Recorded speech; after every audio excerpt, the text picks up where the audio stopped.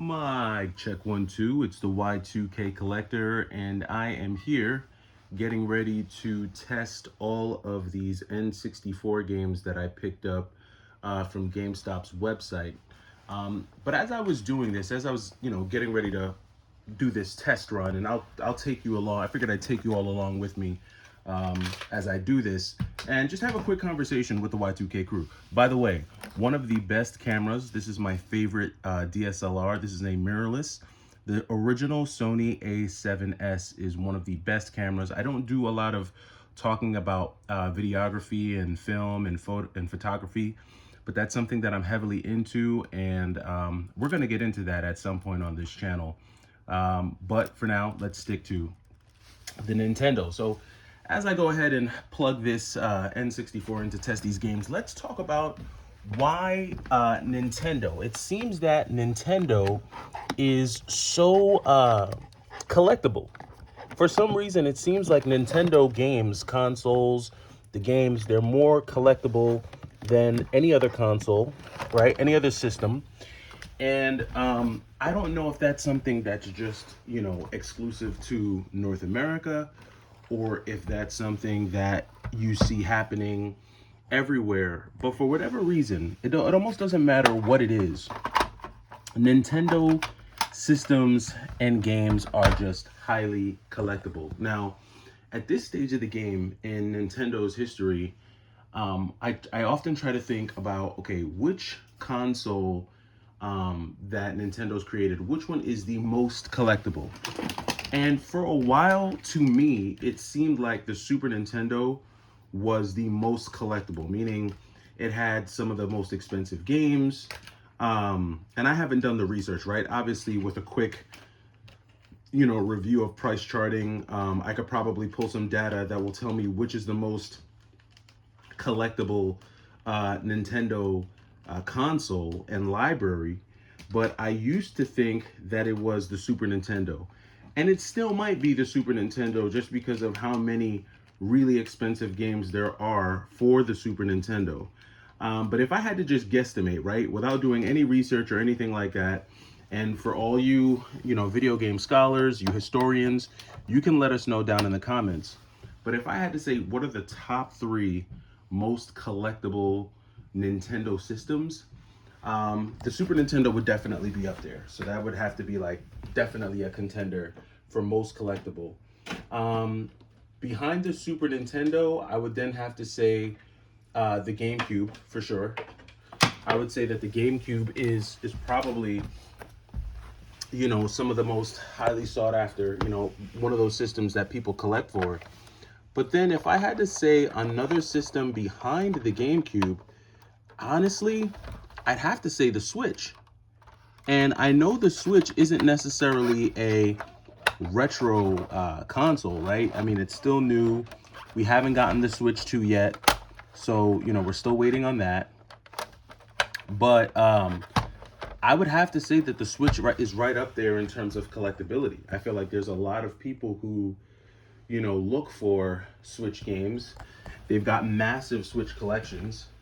The Switch has been one of the easier Nintendo consoles to collect for, especially lately. One, because it's the current generation, right? So the current generation is always going to be easy to collect for because you can always find games, whether it be online, at major retailers, GameStops, things like that. Okay, so the first game we're going to test out is Mario Party. We just want to make sure that these games work. You know what I mean? So let's make sure this bad boy works, and I'm pretty sure everything is plugged in. Oh, let's see. Did I plug this in the right way? Let me see. Nope, I don't think. So I don't think this was plugged in all the way. So bear with me a second. So yeah, so let's talk about the Super Nintendo, right?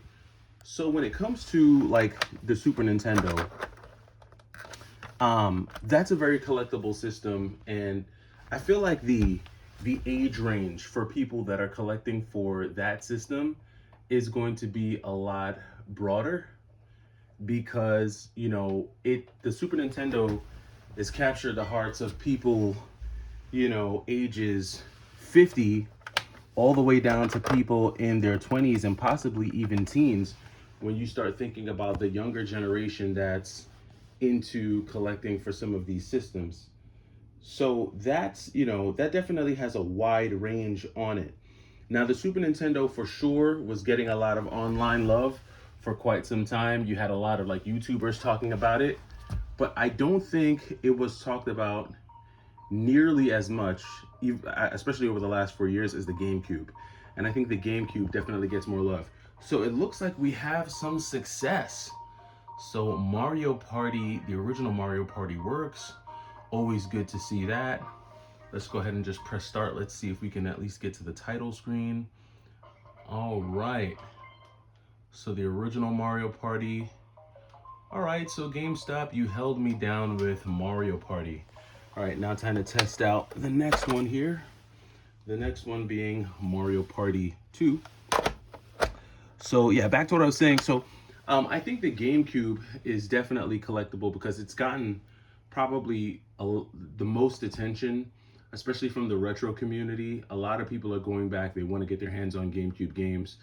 And the GameCube is obviously, it's going to have a greater reach to the current gen, because the Super Nintendo, you're going all the way back to the early 90s. When it comes to the GameCube, you're going back to the early 2000s, right? So you're 2 generations ahead from the Super Nintendo, and there's going to be a lot more people who are going to remember that and who are going to want to go back and revisit that nostalgia. And it looks like Mario Party 2 is rocking and rolling. All right, good stuff. Always glad to see when games work. Of course, that's always a good thing. We'll see if we can just kind of get through. I usually like to just kind of go a little bit further beyond just like the title screen. Sometimes with these games, like you'll get the title screen, but then you won't get to, once you start actually playing the game, it'll freeze. So Mario Party 2 looks like it works. All right, great. So yeah, so the SNES is definitely going to grab the older generations. It's still going to reach some of the newer generations. The GameCube is a bit more modern, so there's going to be a lot more hype, I think, around the GameCube with this current generation. They're going to be really hyped for it, from a retro perspective. But when it comes to the Switch, the Switch is just the current gen, right? And the Switch, there's just so much cool stuff coming out for the Switch that I feel like it really has the attention of this current generation, but it's also very appealing to like older folks as well. Like, folks like myself who do come from that 4th generation of gaming, 5th generation of gaming. The Switch is appealing to us because there are a lot of games and companies that make games that kind of cater to what we like. Uh-oh, looks like I'm having some issues with Mario Party 3 here. Hopefully Mario Party 3 works. Let's see. Come on, Mario Party 3, don't let me down. Do we have a dud? Oh no. So I'm gonna have to go and do the old school.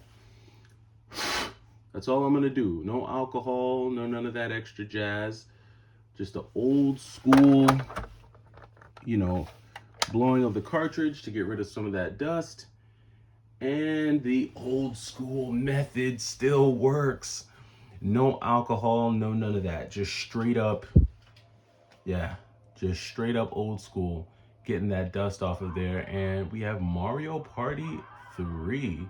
So Mario Party 3 looks like it's rocking and rolling. I am not mad at it. Let's see what we got here. We got a little bit of a continuation. Looks like someone had a saved game here. All right, cool. So this is working. So all right. So good news story is that all of the Mario Party games are working. So that is awesome to see. All right, next up we have the last one to test, and that is Clay Fighter 63 1/3. I wish I knew why they did that. Somebody let me know why they named it 63 1/3. I've seen someone talk about that. I can't remember if it was Mort from Mort's Garage, but someone did mention that. And right away, No extra antics needed. It started up on the first try. 63 and a third, Clay Fighter. So let's just see. So much fuss over this game. I remember this game on the Super Nintendo. If I'm not mistaken, I remember seeing and playing this game on the Super Nintendo. I don't know what the big deal was with it here. I'm pretty sure it was the Super Nintendo that I played this game on. But let's see here. It's a fighting game. I like me a good fighting game. Don't get me wrong. I'm obviously going to be using one hand here. This is a pretty dark scenario here. You got your standard punch, your standard kick. Obviously, I can't do any moves because I don't have both hands. I'm holding the phone with one hand, but I mean, it looks pretty standard. I don't really see anything outstanding yet. Yeah, very subpar fighting game is from what this looks like. I don't know. You guys let me know. What's a standout feature for the Clay Fighter game? I see so many people talk about, oh, he just hit me with a special move there. That looks pretty interesting. Let me know down in the comments what's so special about Clay Fighter. What do you guys think is so special about this game? Because I don't get it. I know the sculptor's cut is the one that everyone, hunts down, but is there something extra that you get with sculptor's cut that you don't get in 63 and a third? Let me know. But yeah, so just getting back to the collecting piece of it, I mean, look, there's no doubt, right, that Nintendo games are some of the more sought after games. If you were going to have a collection, if you were collecting for value, having Nintendo in your collection is probably the way you want to go. I don't really collect for value though. I collect probably more so for nostalgia, which is why my N64 collection is one of the smallest pieces of my collection, because a lot of my nostalgia for N64 came from the experiences I had at my cousin's house playing N64. I did have an N64 eventually. I got one eventually, but I didn't really have like my most fun and memorable experiences with the N64. So that part of my collection is really small. I'd say one of the larger parts of my collection are my Sega Genesis games. I have a huge nostalgic itch for the Sega Genesis. It was a huge part of my childhood.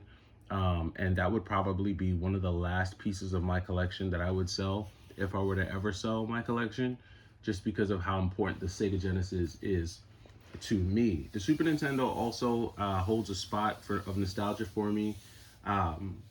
There's some nostalgia there for the Super Nintendo, just from the experiences that I had with my brother growing up playing that console.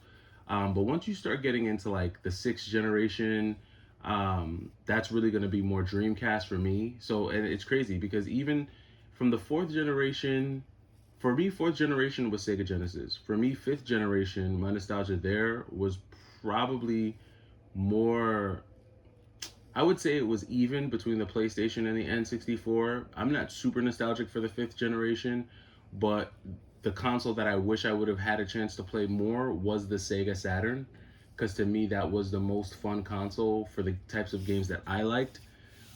Which is why I have a decent Sega Saturn collection. It's really made up of imports.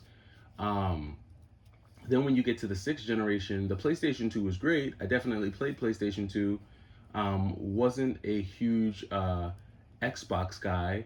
I got a GameCube, so I owned a GameCube when it first came out. So that's where my GameCube nostalgia comes from. But the Dreamcast was really the console that really kind of did it for me in Gen 6. So that's why I collect more so for Dreamcast and GameCube and even PlayStation 2 than Xbox. I have a small Xbox collection. And again, it's not collecting for value, right? Because a lot of people would probably go after the GameCube games. They'd go after maybe the PlayStation 2 games. Me, I'm more of a Dreamcast guy. Dreamcast is not the most popular. Really, nothing Sega is really super popular. I think a lot of people sleep on Sega. There are some people who are into it, but they gravitate more towards like Nintendo and stuff like that. And Nintendo's cool, but Nintendo just didn't really have it for me. Like there are so many more fun games to me on other platforms, particularly Sega and Sony, that I just, the Nintendo piece of it is really just nostalgic. I find that there's a lot more entertaining games on the DS, ironically, than like the Wii and stuff like that, or even the GameCube for that matter. Like the DS has a lot of games that I like. I'm not saying in general. I'm not speaking for everyone. I'm talking about for the types of games that I like.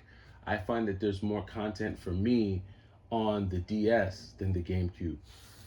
So, it's just funny what people collect or how they collect. But there's no doubt that Nintendo is the most sought after um, brand, at least in North America. I don't know if that rings true for the rest of the world, but in North America, Nintendo is definitely the brand to collect for. But let me know what you think. Am I completely off on this? Is Nintendo the only brand worth collecting, or do you find value in collecting for other consoles, other systems?